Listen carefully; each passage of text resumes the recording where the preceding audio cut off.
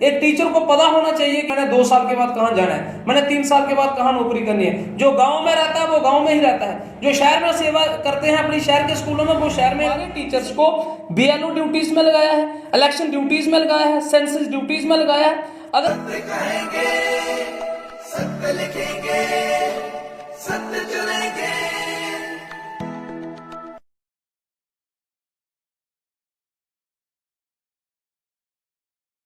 आपके मीडिया के माध्यम से जम्मू कश्मीर सरकार तक एक मैसेज, एक संदेश, एक अपील हम करना चाहते हैं कि जम्मू कश्मीर के लाखों कर्मचारी, शिक्षक, अधिकारी जो मेहनत और लगन से जम्मू कश्मीर के अलग अलग कोने में, अलग अलग गांव में, अलग अलग शहरों में जो काम कर रहे हैं और जो सरकार की हर एक स्कीम को गांव के हर एक परिवार तक, एक सदस्य तक पहुंचा रहे हैं, चाहे वो किसी भी विभाग की बात है। लेकिन अफसोसजनक बात कि उनके लिए पुरानी पेंशन को जो बंद किया है 2010 में, कई बार ज्ञापन देने के बावजूद भी, कई बार शांतिपूर्वक प्रदर्शन करने के बावजूद भी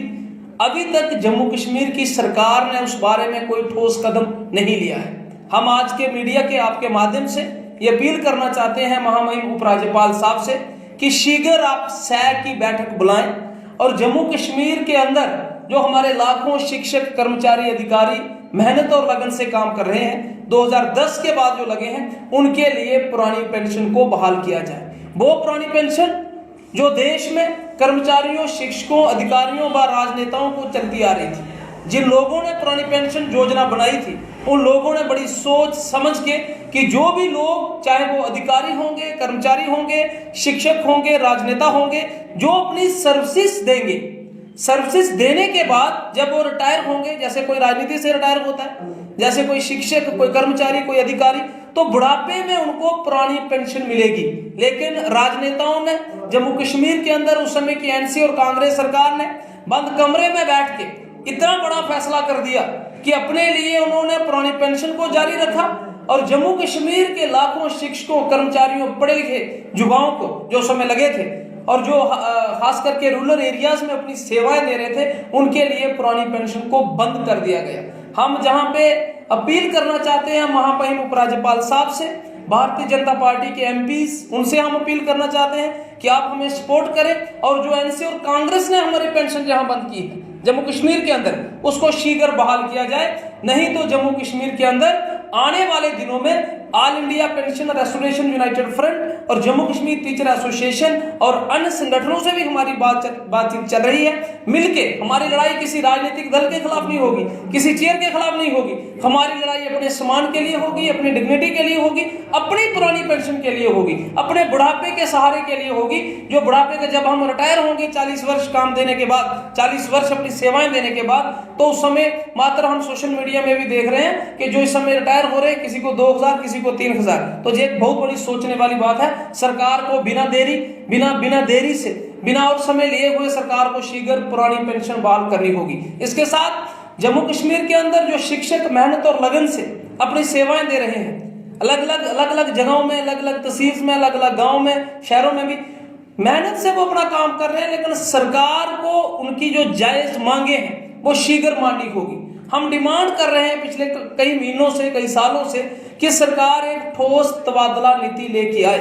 आरईटी टीचर्स जो आरईटी स्कीम के तहत लगे हैं, ग्रेड 2, ग्रेड 3, उनके लिए ठोस तबादला नीति। इसके साथ जो हमारे जीएलटीज, जो हमारे मास्टर्स हैं, लेक्चरर्स हैं, सभी के लिए सरकार के पास एक ठोस तबादला नीति होनी चाहिए। आज क्यों जरूरत पड़ी सरकार को डिपार्टमेंट को रैशनलाइजेशन की, यह बहुत बड़ा प्रश्न चिन्ह है, क्वेश्चन मार्क है। आज अगर शिक्षा विभाग रैशनलाइजेशन कर रहा है, आखिरकार जरूरत क्यों पड़ी इनको एक ठोस तबादला नीति बनानी चाहिए, ट्रांसपेरेंट। एक टीचर को पता होना चाहिए कि मैंने 2 साल के बाद कहाँ जाना है, मैंने 3 साल के बाद कहाँ नौकरी करनी है। जो गांव में रहता है वो गांव में ही रहता है, जो शहर में सेवा करते हैं अपनी शहर के स्कूलों में वो शहर में। इसलिए सरकार को एक ठोस तबादला नीति बनानी चाहिए। पिछले दिनों हमारे पिछले जो सेक्रेटरी चले गए दिल्ली में भी, बीके सिंह साहब, उन्होंने एटीडी शुरू की थी, बहुत अच्छी पॉलिसी थी, लेकिन अभी तक हम देख रहे हैं कि वो एटीडी यहाँ पे इंप्लीमेंट नहीं कर पा रहे हैं जो इस समय हमारे सेक्रेटरी साहब आए हैं। हम अपील करना चाहते हैं कि जो एटीडी के अंदर जो टीचर्स जो फॉल किए थे, जिनकी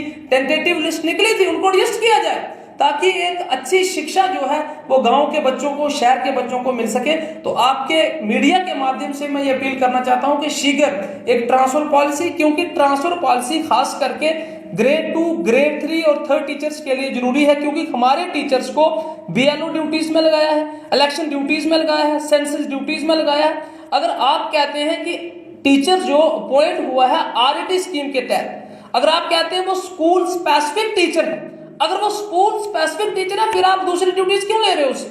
फिर आप उसको क्यों उस स्कूल के अलावा दूसरी जगह लगाते हो? इसलिए शीघ्र ट्रांसफर पॉलिसी इनके लिए लेके आए, नहीं तो आने वाले दिनों में इन इश्यूज को लेके हम एक बहुत बड़ी रणनीति तय करेंगे, और अगर हमें अपनी जायज मांगों के लिए प्रोटेस्ट भी करना पड़ेगा तो हम लोग प्रोटेस्ट करेंगे।